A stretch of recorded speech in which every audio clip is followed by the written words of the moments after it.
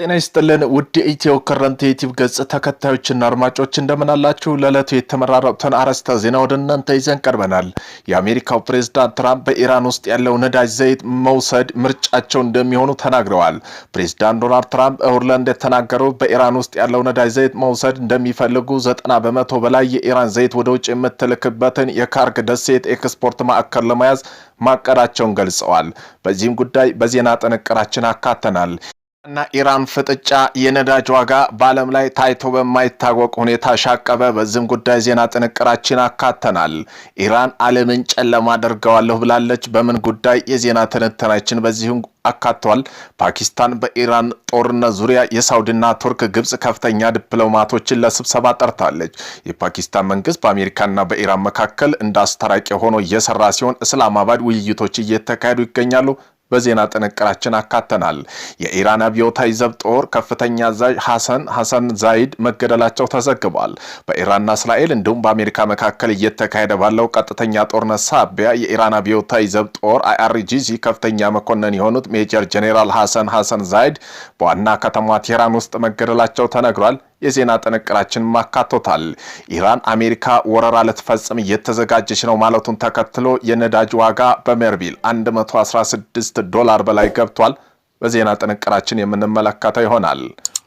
እነዚህን የመሳሰሉ አርዕስተ ዜና ወደ እናንተ ይዘን ቀርበናል። ቤተሰብ ለመሆን ላይክ፣ ሼር፣ ሰብስክራይብ ማድረግውን እንዳይረሱ። ወደ መጀመሪያ ዜና ትንታኔ ስናልፍ ኢራን የዓለምን ኢንተርኔት ከፊል ልታቋርጥ እንደምትችል አስጠነቀቀች።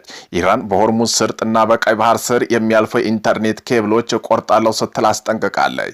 ከዓለም አቀፍ የኢንተርኔት ፍሰቱ 95 እስከ 97% የሚሆነው የሳተላይት ሳይሆን በባህር ወለል ስር ከ1 እስከ 2 ሜትር ተቀብረው የሚገኙ የፋይበር ኦፕቲክ ኬብሎች አማካኝነት የሚጓዝ ነው።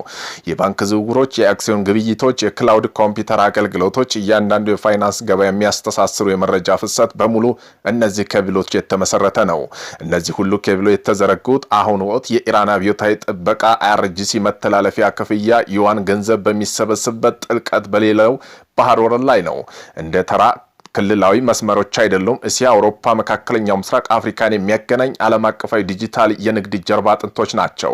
የኢራን አብዮታዊ ዘብ ኃይል IRGC መጋቢት 28 ቀን ባወጣው መግለጫ ጥቃቱ የሚቀጥል ከሆነ የሆርሙዝና ቀይ ባህር ያሉ ስልታዊ መሰረተ ልማቶች አይማሩም ሲሉ ተናግረዋል። ትራምፕ በኢራን ውስጥ ያለውን ነዳጅ ዘይት መውሰድ ምርጫቸው እንደሚሆኑ ተናግረዋል። መቼም ምኞት አይከለከልም ይባላል። ፕሬዝዳንት ዶናልድ ትራምፕ በሁሉ እንደተናገሩት በኢራን ውስጥ ያለውን ነዳጅ ዘይት መውሰድ እንደሚፈልጉ ከ90% በላይ ኢራን ዘይት ወደ ውጭ የምትልክባቸው ካርግ ደሴት ኤክስፖርት ማዕከል ለመያዝ ማቀዳቸው ገልጸዋል። ፕሬዝዳንቱ ከፋይናንሻል ታይምስ ጋር ባደረጉ ቃለ ምልልስ የእኔ ምርጫ ነዳጅ ዘይቱን መውሰድ ነው ብለዋል። እውነት ለመናገር የምወደው ነገር በኢራን ውስጥ ያለው ነዳጅ ዘይት መውሰድ ነው። ነገር ግን አንዳንድ የማይረቡ ሰዎች ለምን እንዲህ ታደርጋለህ ይላሉ። እዚህ ግን የማይረቡ ሰዎች ናቸው ሲሉ አክለዋል። በዚህ ወር መጀመሪያ ላይ ከኤንቢሲ ጋር ባደረጉ ቃለ ምልልስ ትራምፕ የኢራን ነዳጅ ዘይት የመውሰድ እቅድ አለዎት በሚል ለቀረበላቸው ጥያቄ መልስ ከመስጠት ተቆጥበዋል። በወቅቱ እንደ ቬንዙዌላ በኢራን ያደረጉት እንደሆነ ሲጠየቁ ሰዎች ለዚህ ጉዳይ አስበው ነገር ግን ለዚህ ጉዳይ ለመናገር በጣም ፈጥነዋል ማለታቸው ይታወሳል። የአሜሪካና የኢራን ፍጥጫ የነዳጅ ዋጋ አሻቀበ። በአሜሪካና ኢራን መካከል እየተፋፋመ የመጣ ወታደራዊ ውጥረት የዓለም አቀፍ የነዳጅ ዋጋ ከፍተኛ ሁኔታ እንዲጨምር አድርጎታል። አሜሪካ በኢራን የምድር ወረራ ለማድረግ እያቀደች ነው በሚል መረጃ መውጣታቸውን ተከትሎ የኢራን ምክትል አፈ ጉባኤ መሐመድ ባጋር ቃሊፍ አሜሪካ ወታደራዊ መሬታቸውን ከረገጡ በሳት እንዲነዱ እናደርጋለን ሲሉ ዝተዋል። ይህን ተከትሎ የብሬንት ድፍድፍ ነዳጅ ዋጋ $115.7 ገብቷል። አሜሪካ ዊትስ ድፍድፍ ነዳጅ $102 ደርሷል። በዚህ ሁኔታ ከቀጠለ እስከ ሰኔ ወር ድረስ የአንድ በርሜል ነዳጅ ዋጋ $200 ሊደርስ እንደሚችል የዘርፉ ባለሙያዎች አስጠንቅቀዋል። አሜሪካ ወረራ ልትፈጽምብኝ እየተዘጋጀች ነው ማለታውን ተከትሎ የነዳጅ መሸጫ ዋጋ በበርሜል $116 ገባ። አሜሪካ እስራኤል በኢራን በከፈቱት ጦርነት የበርካታ የጦርነት ግንባር ተባብሶ በቀጠለበት በዚህ ወቅት ከ2 ሳምንት በኋላ የመጀመሪያ ጊዜ ነዳጅ ዋጋ ወደ ከፍተኛ ደረጃ ደርሷል። የዓለም አቀፍ መለኪያ የሆነው ብሬንት ክሩድ ሰኞ ማለዳ 3% በላይ ጭማሪ ማሳየቱ በርሜል ወደ $116 ከፍ ብሏል። ይህ ጭማሪው ከማርች 19 በኋላ መጀመሪያ ሲሆን በወቅቱ በበርሜል $119 በአጭር ጊዜ ለመድረስ የዓለም አቀፍ የነዳጅ ዋጋ ከፍተኛ ደረጃ እንደሆነ አድርጎታል። ይህ ጭማሪ የተከሰተው ኢራን ለአሜሪካ የመሬት ወረራ ዝግጅት መሆኗን ከተናገረ በኋላ ሲሆን የሀገሪቱ ፓርላማ አፈ ጉባኤ ቴህራን የአሜሪካ ወታደራዊ መምጣት እየጠበቀ መሆኑን በማስጠንቀቅ እሳት ለማቀጣጠል ቀጠናው የአሜሪካ አጋሮችን ለመቅጣት ዝተዋል። የቴህራን ማስጠንቀቂያ የተሰማው በሳምንቱ መጨረሻ ላይ ግጭት እየጨመረ ባለበት ሲሆን በኢራን የሚደገፉ ሁቲ በጦርነቱ ውስጥ ለመጀመሪያ ጊዜ በእስራኤል ላይ የሚሳኤል ጥቃት ሲፈጽሙ እስራኤል ደግሞ ደቡብ ሊባኖስ ላይ ወረራ ለማስፋፋት ላይ ትገኛለች። አሜሪካ በእግረኛ ወታደራዊ በኢራን የምድር ዘመቻ ለማድረግ እየተንቀሳቀሰች ነው። ቅድሚያ እያዘጋጀች ነው። ለዚህ በሺ የሚቆጠሩ የአሜሪካ ወታደሮች ኢራን ሊገቡ እየተዘጋጁ ነው የሚሉ መረጃ ተሰራጭተዋል።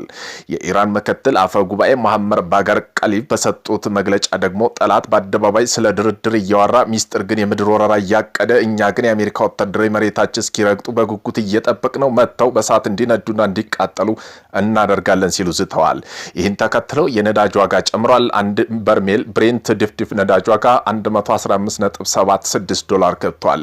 የአሜሪካ ዌስት ቴክሳስ ኢንተርሚኔት ደግሞ አንድ በርሜል ድፍድፍ ነዳጅ $102 ደርሷል።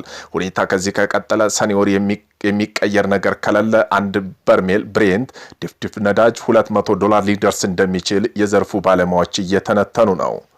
የኢራን አብዮታዊ ዘብ ጦር ከፍተኛ አዛዥ የነበሩት መገደላቸው ተገለጸ። በኢራንና እስራኤል እንዲሁም በአሜሪካ መካከል እየተካሄደ ባለው ቀጥተኛ ጦርነት ሳቢያ ኢራን አብዮታዊ ዘበኛ ጦር IRGC ከፍተኛ መኮንን የሆኑት ሜጀር ጄኔራል ሐሰን ዛዲህ በዋና ከተማው ቴህራን ውስጥ መገደላቸው ተነግሯል።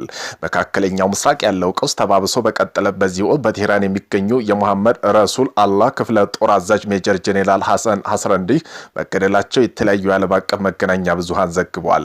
ጄኔራሉ የተገደሉት እስራኤልና አሜሪካ በኢራን እያካሄዱ ባለው ወታደራዊ እርምጃ በቴህራን ውስጥ የተፈጸሙ ባለ ብዙ ተከታታይ ጥቃቶች መሆኑ ተመላክተዋል። ሐሰን ዛዲህ በኢራን ወታደራዊ ወጥ በተለይ ዋና ከተማ ጸጥታ በመጠበቅ ረገድ ከፍተኛ ሚና የነበራቸው አዛዥ አንጋፋ ነበሩ። ግድያ የተፈጸመው በምን አይነት ጥቃት እንደሆነ እስካሁን በዝርዝር ባይገለጽም ክስተቱ ለኢራን አብዮታዊ ዘብ ጦር ትልቅ የደህንነት ስብራት እንደሆነ እየተነገረ ይገኛል።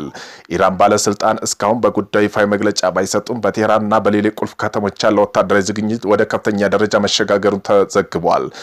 በዚህ እንዳለ ግድያ በሶስት ሀገራት መካከል ያለው ጦርነት ይብለጥ ሊያባብሱ የሚችል ተንታኞች ስጋታቸውን እየገለጹ ነው። ፓኪስታን በኢራን ጦርነት ያለው ሳውዲና ቱርክ፣ ግብጽ ከፍተኛ ዲፕሎማቶች ለስብሰባ ጠርታለች። የፓኪስታን መንግስት በአሜሪካና በኢራን መካከል እንዳስታራቂ ሆኖ እየሰራ ሲሆን ኢስላማባድ ውይይት እየተካሄዱ ነው።